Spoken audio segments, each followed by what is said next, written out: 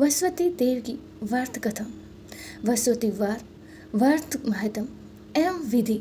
इस व्रत को करने से समस्त इच्छाएं पूर्ण होती हैं और वसुवती महाराज प्रसन्न होते हैं। धन, विद्या, पुत्र तथा मनोवांछित फल की प्राप्ति होती है।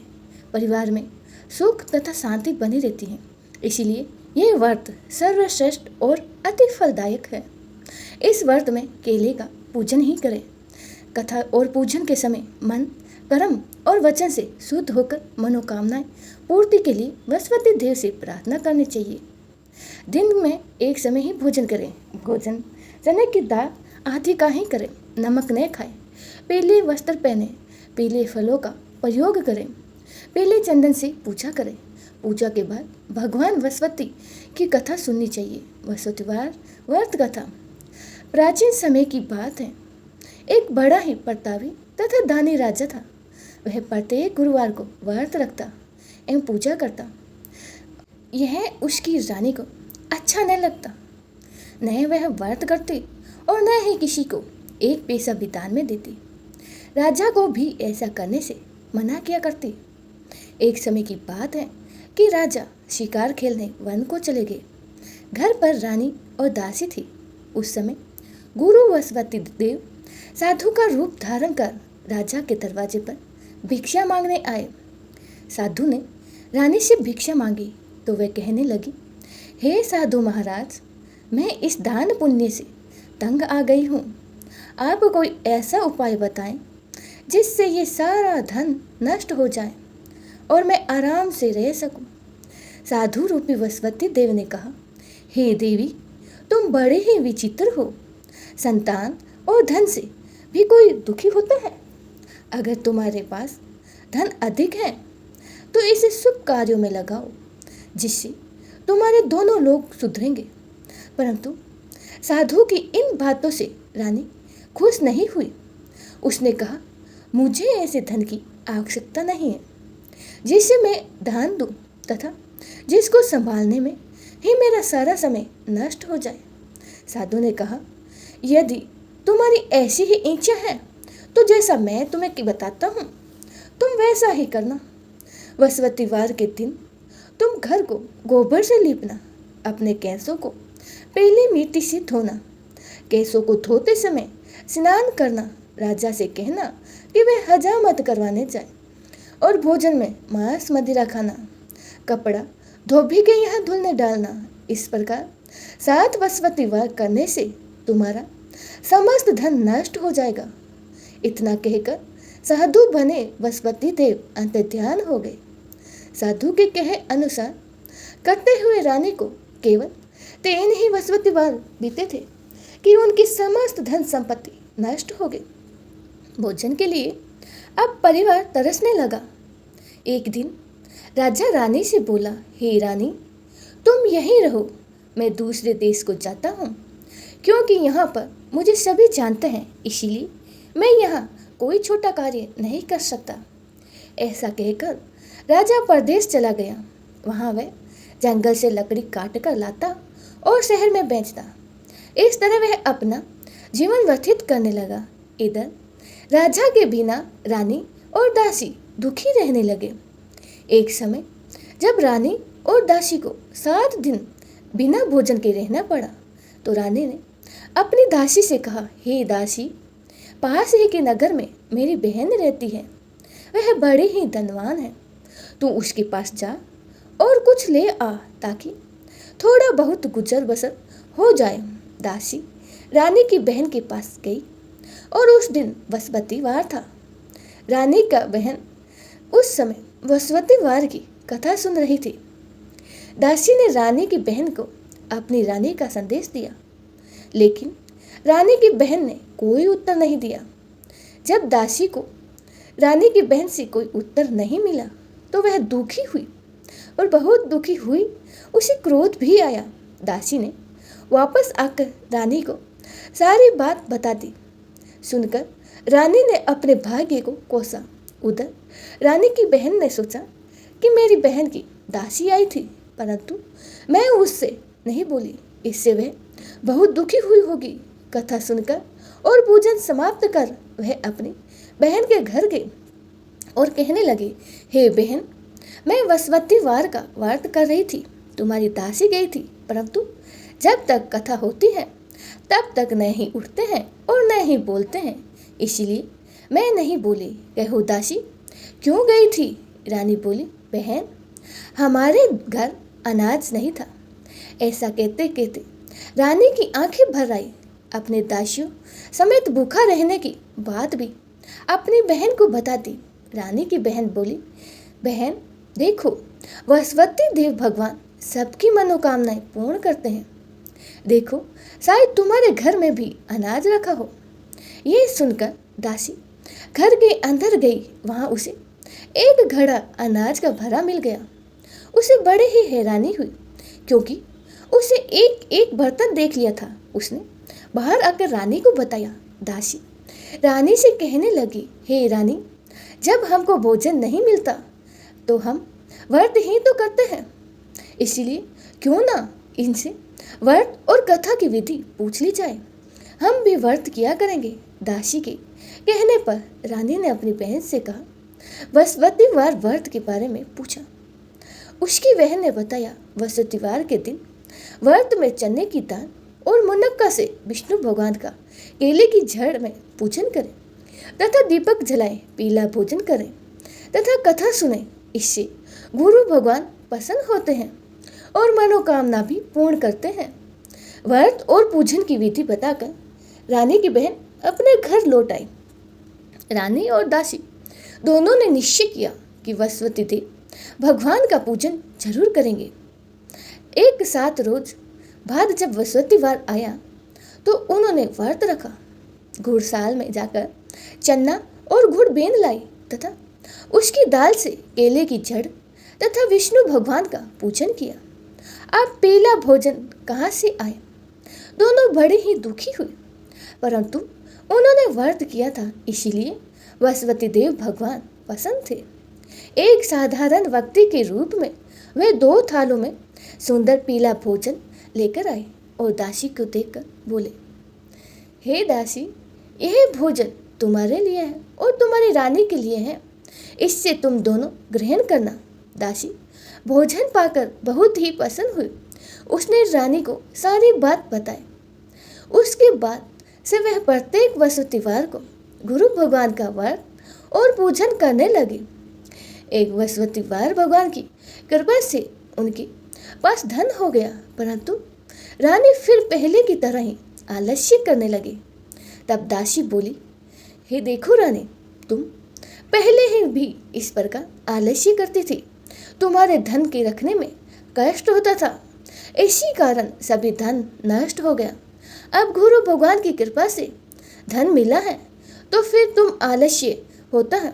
बड़ी ही मुसीबतों से हमें यह धन पाया है, इसलिए हमें दान पुण्य करना चाहिए। अब तुम भूखे मनुष्य को भोजन कराओ, प्याव लगवाओ, ब्राह्मणों को दान दो, कुआं, तालाब, बावड़ी आदि का निर्माण करवाओ, मंदिर, पाठशाला बनवाकर ज्ञान दान दो, कुंवारी कन्याओं का विवाह करवाओ अथवा धन को शुभ कार्यों में खर्च करो, जिससे तुम्हारे कुल का यश बढ़े तथा स्वर्ग की प्राप्ति हो और पितर प्रसन्न हो। दासी की बात मानकर रानी शुभ कर्म करने लगे। उसका यश फैलने लगा। एक दिन रानी और दासी आपस में विचार करने लगी कि न जाने राजा किस दशा में होंगे। उनकी कोई खोज खबर नहीं है। उन्होंने श्रद्धापूर्वक गुरु वसवती भगवान से प्रार्थना की कि राजा जहाँ कहीं भी हो शीघ्र ही वापस आ जाए। उधर राजा प्रदेश में बहुत ही दुखी रहने लगा। वह प्रतिदिन जंगल से लकड़ी बीन कर लाता और उसे शहर में बेचकर अपने दुखी जीवन को बड़ी ही कठिनता से व्यतीत करता। एक दिन दुखी हो अपनी पुरानी बातों को याद करने लगा और वह रोने लगा और उदास हो गया। उसी समय राजा के पास भगवान वसवती देव साधु के वेश में आकर बोले, हे लकड़हारे, तुम इस सुनसान जंगल में किस चिंता में बैठे हो, मुझे बताओ। यह सुनकर राजा के नेत्रों में जल भर आया। साधु की वंदना कर राजा ने अपनी संपूर्ण कहानी सुना दी। महात्मा तो दयालु होते हैं। वे राजा से बोले, हे राजा, तुम्हारी पत्नी ने वसुवती देवी के प्रति अपराध किया था, जिसके कारण तुम्हारी ये दशा हुई है। अब तुम चिंता मत करो, भगवान तुम्हें पहले से अधिक धन देंगे। देखो, तुम्हारी पत्नी ने वसुवतीवार का व्रत प्रारंभ कर दिया है। अब तुम भी वसुवतीवार का व्रत करके चने की दाल में गुड़ जल के लोटे में डालकर केले का पूजन करो। फिर कथा कहो, यह सुनो, भगवान तुम्हारी सब मनोकामना को पूर्ण करेंगे। साधु की बात सुनकर राजा बोले, हे प्रभु, लकड़ी भेजकर तो इतना पैसा नहीं मिलता जिससे मैं बचा सकूं, जिससे मैं भोजन के उपरांत भी कुछ बचा सकूं। मैंने रात्रि में अपनी रानी को व्याकुल देखा। मेरे पास कोई ऐसा साधन नहीं है जिससे उसका समाचार जान सकूं। फिर मैं कौन सी कहानी कहूँ, यह भी मुझे मालूम नहीं। साधु ने कहा, हे राजा, मन में वसुवती भगवान की पूजन व्रत का निश्चय करो। वे स्वयं ही तुम्हारे लिए कोई राह बना देंगे। वसुवतीवार के दिन तुम रोजाने की तरह लकड़ी लेकर शहर में जाना। तुम्हें रोज से दुगुना धन मिलेगा, जिससे तुम भली भांति भोजन कर लोगे तथा वसुवती देवी की पूजा का सामान भी आ जाएगा। जो तुमने वसुवतीवार की कहानी के बारे में पूछा है वह इस प्रकार है। वसुवती देवी की कहानी। प्राचीन काल में एक बहुत ही निर्धन ब्राह्मण था। उसकी कोई संतान नहीं थी। वह नित्य पूजा पाठ करता, पर उसकी स्त्री ना ही स्नान करती और न ही किसी देवता का पूजन करती। इस कारण वह ब्राह्मण बहुत ही दुखी रहते थे। भगवान की कृपा से ब्राह्मण के यहाँ एक कन्या उत्पन्न हुई। कन्या बड़ी ही होने लगी। प्रातः स्नान करके भगवान विष्णु का जप करती, वसुवतीवार का व्रत करने लगी। पूजा पाठ समाप्त कर पाठशाला जाती तो अपनी मुट्ठी में जौ भर के ले जाती और पाठशाला के मार्ग में डालती जाती। लौटते समय वही जौ जब क्षण के हो जाते तो उनको बीन कर घर ले आती। एक दिन वह बालिका सूप में उन सोने के जौ को फटक कर साफ कर रही थी। तभी उसकी माँ ने देख लिया और कहा कि हे बेटी, सोने के जौ को फटकने के लिए सोने का सूप भी होना चाहिए। दूसरा दिन गुरुवार था। कन्या ने व्रत रखा और वसुवती देव से सोने की सूप देने की प्रार्थना की। वसुवती देव ने उसकी प्रार्थना स्वीकार कर ली। रोजाना की तरह वह कन्या जौ फैलाती हुई पाठशाला चली गई। पाठशाला से लौटते वक्त जब वह जौ बीन रही थी तो वसुवती देव की कृपा से उसे सोने का सूप मिला। उसे वह घर ले आए और उससे जौ साफ करने लगी, परंतु उसकी माँ का तो वही ढंग रहा। एक दिन की बात है कि कन्या के सोने के सूप में जब जौ को साफ कर रही थी, उस समय उस नगर का राजकुमार वहां से निकला। कन्या के रूप और कार्य को देखकर वह उस पर मोहित हो गया। राजमहल आकर वह भोजन तथा जल त्याग कर उदास होकर लेट गया। राजा को जब राजकुमार द्वारा अन्न जल त्यागने का समाचार ज्ञात हुआ तो अपने मंत्री के साथ वह अपने पुत्र के पास गए और इसका कारण पूछा। राजकुमार ने राजा को उस लड़की के घर का पता भी बता दिया। मंत्री उस लड़की के घर गए और मंत्री ने ब्राह्मण के समक्ष राजा की ओर से निवेदन किया। कुछ ही दिन बाद ब्राह्मण की कन्या का विवाह राजकुमार के साथ संपन्न हो गया।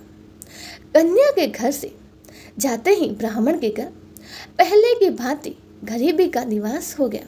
एक दिन दुखी होकर ब्राह्मण अपनी पुत्री से मिलने गए और बेटी ने पिता की अवस्था को देखा और अपनी माँ का हाल पूछा। ब्राह्मण ने सभी हाल कह सुनाया। कन्या ने बहुत सा धन देकर अपने पिता को विदा कर दिया, लेकिन कुछ दिनों बाद फिर वही हाल हो गया। ब्राह्मण फिर अपनी कन्या के यहाँ गया और उसे सभी हाल कहता तो पुत्री बोली, हे पिताजी, आप माताजी को यहाँ लिवाओ, मैं उन्हें वह विधि बता दूंगी जिससे गरीबी दूर हो जाएगी। ब्राह्मण देवता अपनी स्त्री को साथ लेकर अपनी पुत्री के पास राजमहल पहुंचे तो पुत्री अपनी माँ को समझाने लगी। बोली कि हे माँ, तुम प्रातः का स्नान आदि करके भगवान विष्णु जी का पूजन करो, तब सब दरिद्रता दूर हो जाएगी। परंतु उसकी माँ ने उसकी एक भी बात नहीं मानी। वह प्रातःकाल उठकर अपनी पुत्री की बची जूठन को खाने लगी। एक दिन उसकी पुत्री को बहुत गुस्सा आया। उसने अपनी माँ को एक कोठरी में बंद कर दिया। प्रातः उसे स्नान आदि कराकर पूजा पाठ करवाया तो उसकी माँ की बुद्धि ठीक हो गई। इसके बाद वह नियम से पूजा पाठ करने लगी और प्रत्येक गुरुवार को बृहस्पतिवार को व्रत करने लगी। इस व्रत के प्रभाव से मृत्यु के बाद वह स्वर्ग को गई। वह ब्राह्मण भी सुखपूर्वक इस लोक का सुख भोग कर स्वर्ग को प्राप्त हुआ। इस तरह ही कहानी कहकर साधु बने देवता वहां से लोप हो गए। धीरे धीरे समय व्यतीत होने लगा। फिर बृहस्पतिवार का दिन आया। राजा जंगल से लकड़ी काट कर शहर में बेचने गया। उस दिन उससे और दिनों से अधिक धन मिला। राजा ने चना गुड़ आदि लाकर वसुदेव व्रत किया। उस दिन से उसके सभी कलेश दूर हुए। परंतु जब अगले गुरुवार का दिन आया तो वह बृहस्पतिवार का व्रत करना भूल गया। इस कारण बृहस्पति देव भगवान नाराज हो गए। उस दिन उस नगर के राजा ने विशाल यज्ञ का आयोजन किया तथा उसने समस्त राज्य में घोषणा करा दी कि सभी मेरे यहाँ भोजन करने आवे। किसी ने अगर घर में चूल्हा जला लिया तो इस आज्ञा को जो नहीं मानेगा उसको फांसी दे दी जाएगी। राजा की आज्ञा अनुसार राज्य के सभी वासी राजा के भोजन में सम्मिलित हुए। लेकिन लकड़हारा कुछ देर से पहुंचा, इसलिए राजा ने उसको अपने साथ महल में ले गए। जब राजा लकड़हारे को भोजन करा रहे थे तो रानी की दृष्टि उस खूंटी पर जा पड़ी जिस पर उसका हार लटका हुआ था। उसे हार खूंटी पर लटका दिखाई नहीं दिया तो रानी को निश्चय हो गया कि मेरा हार इसी लकड़हारे ने ही चुरा लिया है। उसी समय सैनिकों को बुलाकर उसको जेल में डलवा दिया। लकड़हारा जेल में विचार करने लगा कि जाने कौन सी पूर्व जन्म के कर्म से मुझे ये दुख प्राप्त हुआ है, और जंगल में मिले साधु को याद करने लगा। तत्काल ही बृहस्पति देव भगवान साधु के रूप में प्रकट हो गए और कहने लगे, अरे मूर्ख, तुमने बृहस्पति देवता की कथा नहीं की, इसी कारण तुझे ये दुख प्राप्त हुआ है। अब चिंता मत कर, बृहस्पतिवार के दिन जेल खाने के दरवाजे पर तुझे 4 पैसे पड़े मिलेंगे, जिससे तुम बृहस्पतिवार की पूजा करना और तेरे सभी कष्ट दूर हो जाएंगे। अगले बृहस्पतिवार को उसे जेल के द्वार पर 4 पैसे मिले। राजा ने पूजा का सामान मंगवाकर कथा वहीं करी और प्रसाद बांटा। उसी रात्रि में बृहस्पति देव ने उस राजा के नगर के राजा को सपन में कहा, हे राजा, तुमने जिसे जेल में बंद किया है उसे कल छोड़ देना, वह निर्दोष है। राजा प्रातःकाल उठा और खूंटी पर हार टंगा देकर लकड़हारे को बुलाकर क्षमा मांगी तथा राजा के योग्य सुंदर वस्त्र आभूषण भेंट कर उसे विदा किया। गुरुदेव की आज्ञा अनुसार राजा अपने नगर को चल दिया। राजा जब नगर के निकट पहुंचा तो उसे बड़ा ही आश्चर्य हुआ। नगर में पहले से अधिक बाग, तालाब और कुएं तथा बहुत सी धर्मशालाएं, मंदिर आदि बने हुए थे। राजा ने पूछा कि यह किसका बाग और धर्मशाला है। तब नगर के सब लोग कहने लगे कि ये सब रानी और दासी द्वारा बनाए गए हैं। राजा को बड़ा ही आश्चर्य हुआ और गुस्सा भी आया कि उनकी अनुपस्थिति में रानी के पास धन कहाँ से आया। राजा क्रोध में रानी के पास जाने लगा। तब उधर रानी को जब ये खबर सुनी कि राजा आ रहे हैं तो उसने अपनी दासी से कहा, हे दासी, देखो राजा हमको कितनी बुरी हालत में छोड़ कर गए थे।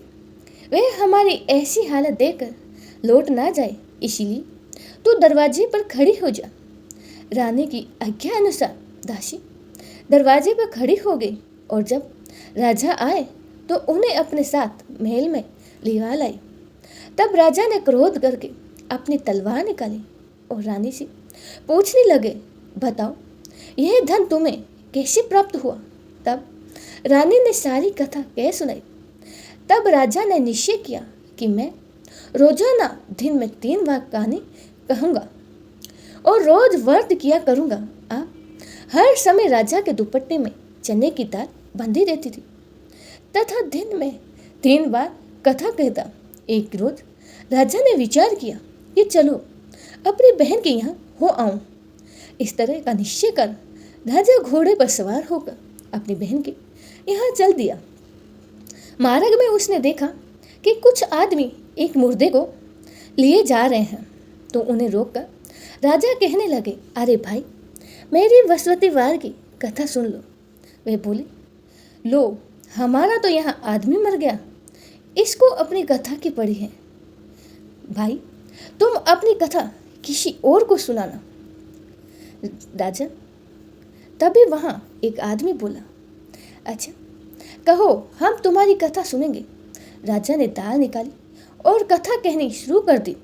जब कथा आधी हुई तो मुर्दा हिलने लगा और जब कथा समाप्त हो गई तो मुर्दा राम राम करके खड़ा हो गया। राजा आगे बढ़ा और उसे चलते चलते शाम हो गई। आगे मार्ग में उसे एक किसान खेत में हल चलाता हुआ मिला। राजा ने उसे कथा सुनने को आग्रह किया, लेकिन वह नहीं माना। राजा आगे चल पड़ा। राजा के हटते ही बैल 5 खाकर गिर गया तथा किसान के पेट में बहुत जोरों से दर्द होने लगा। उसी समय किसान की माँ रोटी लेकर आई। उसने जब देखा तो अपने पुत्र से सब हाल पूछा। बेटे ने सभी हाल बता दिया। बुढ़िया दौड़ी दौड़ी उस घुड़सवार के पास गई और उससे बोली, मैं तेरी कथा सुनूंगी, पर तू अपनी कथा को मेरे खेत पर चलकर कहना। राजा ने लौटकर बुढ़िया के खेत पर जाकर कथा कही। उसकी कथा सुनते ही बैल खड़े हो गया तथा किसान के पेट का दर्द बंद हो गया। राजा अपनी बहन के घर पहुंच गया। बहन ने भाई की खूब मेहमान नवाजी की। दूसरे रोज प्रातःकाल राजा जागा तो वह देखने लगा कि सब लोग भोजन कर रहे हैं। राजा ने अपनी बहन से कहा, जब पूछा तो ऐसा कोई मनुष्य है जिसने भोजन नहीं किया हो, जो मेरी वसुती वार की कथा सुने। बहन बोली, हे भैया, ये देश ऐसा ही है। यहाँ लोग पहले भोजन करते हैं, बाद में ही कोई अन्य कार्य करते हैं। फिर वह एक कुम्हार के घर गई जिसका लड़का बीमार था। उससे मालूम हुआ कि उनके यहाँ 3 दिन से किसी ने भोजन नहीं किया। रानी ने अपने भाई की कथा सुनने के लिए कुम्हार से कहा तो वह तैयार हो गया। राजा ने आग जाकर वसुती वार की कथा कही, जिसको सुनकर उनका लड़का ठीक हो गया। अब तो राजा की प्रशंसा होने लगी। एक दिन राजा ने अपनी बहन से कहा, हे बहन, मैं अब अपने घर जा रहा हूँ, तुम भी तैयार हो जाओ। राजा की बहन ने अपनी सास से अपने भाई के साथ जाने की आज्ञा मांगी तो सास बोली, हाँ चली जा, मगर अपने लड़के को मत ले जाना, क्योंकि तेरे भाई के कोई संतान नहीं है। बहन ने अपने भाई से कहा, हे भैया, मैं तो चलूँगी, मगर मेरा कोई बालक नहीं चलेगा। अपनी बहन को भी छोड़कर दुखी मन से राजा अपने नगर को लौट चला। राजा ने अपनी रानी से सारी कथा बताई और बिना भोजन किए ही वह सैया पर लेट गया। रानी बोली, हे प्रभु, वसुवती देव ने हमें सब कुछ दिया है, वे हमें संतान अवश्य देंगे। उसी रात वसुवती देव ने राजा को सपन में कहा, हे राजा, उठ, सभी सोच त्याग दे, तेरी रानी गर्भवती है। राजा को यह जानकर बड़ी ही खुशी हुई। 90 महीने रानी के गर्भ से एक सुंदर पुत्र पैदा हुआ। तब राजा बोला, हे रानी, स्त्री बिना भोजन के रह सकती है, परंतु बिना कहे नहीं रह सकती। जब मेरी बहन आए तो तुम उसे कुछ मत कहना। रानी ने हाँ कह दी। जब राजा की बहन ने यह शुभ समाचार सुना तो वह बहुत खुश हुई तथा बधाई लेकर अपने भाई के यहाँ आई। रानी ने तब उसे आने का उलाहना दिया। जब भाई अपने साथ ला रहे थे तब टाल गई, उनके साथ नहीं आई और आज अपने आप ही भागी भागी बिना बुलाए आ गई। तो राजा की बहन बोली, भाई मैं इस प्रकार नहीं कहती तो तुम्हें औलाद कैसे प्राप्त होती। वसुवती देव सभी कामनाएं पूर्ण करते हैं जो सद्भावनापूर्वक वसुवती वार का व्रत करते हैं एवं कथा पढ़ते हैं तथा कथा सुनते हैं और दूसरों को सुनाते हैं। वसुवती देव उनकी सभी मनोकामनाएं पूर्ण करते हैं और उनकी सदैव रक्षा करते हैं। जो संसार में सद्भाव से गुरु भगवान का पूजन एवं व्रत सच्चे हृदय से करते हैं उनकी सभी मनोकामनाएं वैसे ही पूर्ण होती हैं जैसे सच्ची भावना से रानी और राजा ने वसुवती देव की कथा का गुणगान किया तो उसकी सभी इच्छाएं वसुवती देव जी ने पूर्ण की। अनजाने में ही वसुवती देव की उपेक्षा ना करें, ऐसा करने से सुख शांति नष्ट हो जाती है। इसीलिए सबको कथा सुनने के बाद प्रसाद लेकर जाना चाहिए। हृदय से उनका मनन करते हुए जयकार बोलना चाहिए। बोलिए वसुवती देव की जय हो। इति श्री वसुवती वार व्रत कथा समाप्तम।